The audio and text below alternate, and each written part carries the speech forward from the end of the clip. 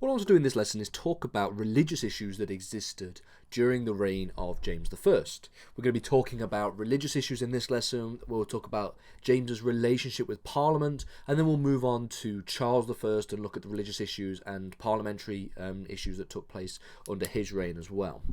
And as an introduction, it's important to note that James had a number of very strong beliefs when it comes to monarchy and the different kinds of religious issues that were taking place at the time, things like the Reformation, for example. And so one of the things relating to monarchy, James was a strong believer in the theory of the divine right of kings. So this is sort of a tangentially religious issue. And he strongly believed, as a result of his belief in the divine right of kings, he strongly believed in the authority of the Church of England. Now, don't forget, the Church of England was something that was established under the reign of Henry VIII when we see the break from Rome. Ultimately, well, the main reason for that was so Henry VIII could secure a divorce. However, James's belief in the divine right of kings, his divine right to rule, extended to his divine rights in being the supreme head of the Church of England, and so therefore his religious beliefs followed on and were almost an extension of that.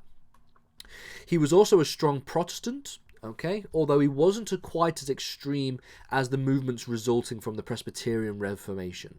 So when we're talking about different religious issues that take place under the reign of the Tudors and also during the reign of the Stuart period, the conflict between Catholicism and Protestantism has still existed. It still does exist at this point in time, and it is it becomes quite an important aspect of James's life as we result when we talk about various plots against his life, for example, things like the Gunpowder Plot against Parliament.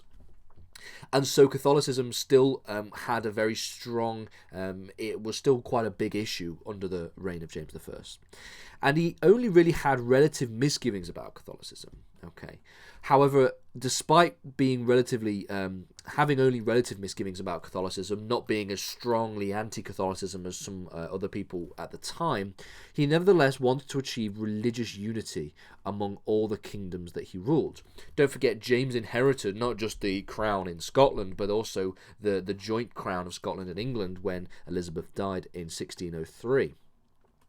So let's talk about some of the things that took place during his reign that we can link to, religious issues. So the first one is the Millenary Petition that took place, and this was a petition created by a group of Puritans in 1603. So just as James took the throne, they wanted to get in quite early, and it was a relatively popular petition with over 1,000 signatures.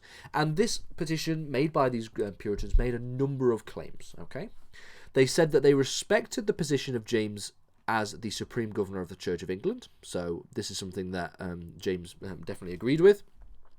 And they argued that despite there being a Protestant Reformation, there were a number of Catholic traditions still preached in churches and still practiced in churches. And James responded to this petition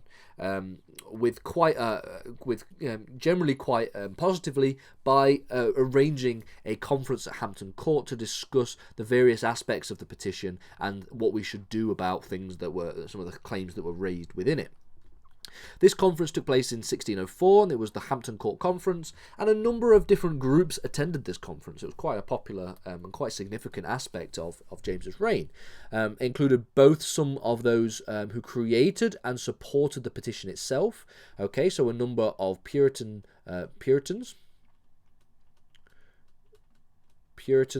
and also a number of Anglican bishops as well. They came along to the petition, and ultimately, some changes were agreed by James. James agreed to a number of things. This included weakening the authority of the church courts, and the Puritans also suggested that the church reforms be done along Presbyterian lines. However, this was a proposal that was rejected, ultimately.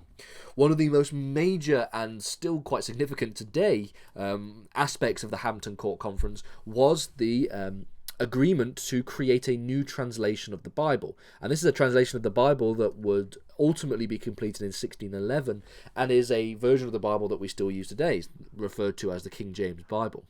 And so we have this major reform of religion, and ultimately a translation of the Bible, even as late as 1604, was still quite a big deal. Of course, when it comes to church history, and we look even further back, very early on, translations of the Bible, translating the Bible was seen to be quite a sacrilegious thing to do, to be able to translate the Bible out of its original script was something that was quite frowned upon, and has been frowned upon for a very long time.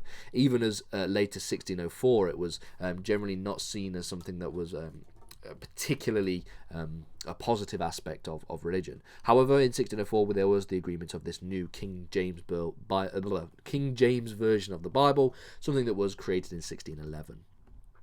Now, coming back to the issue of Catholicism,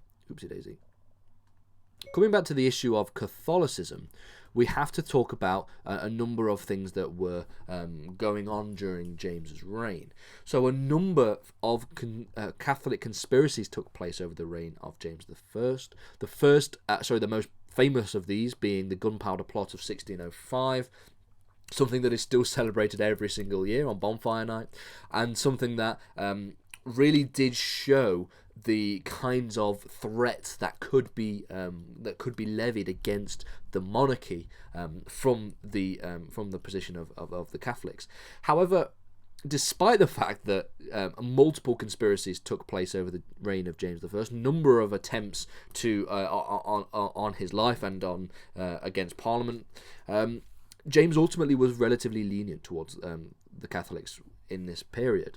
One major initiative passed by James in this regard was called the Oath of Allegiance of 1606.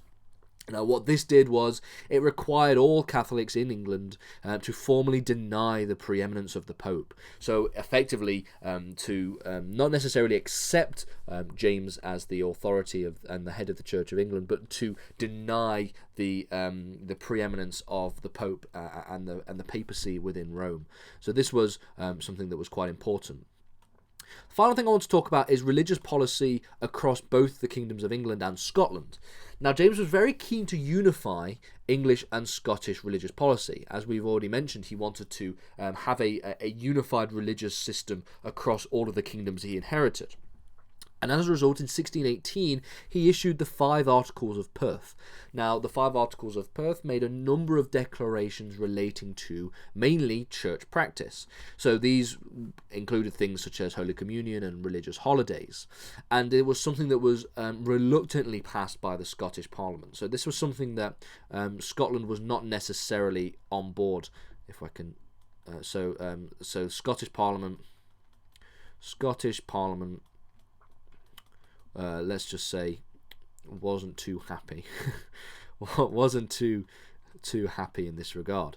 So this is just one example of the kinds of initiatives, the kind of policies that James wanted to initiate to try and unify religious practices across both of his kingdoms.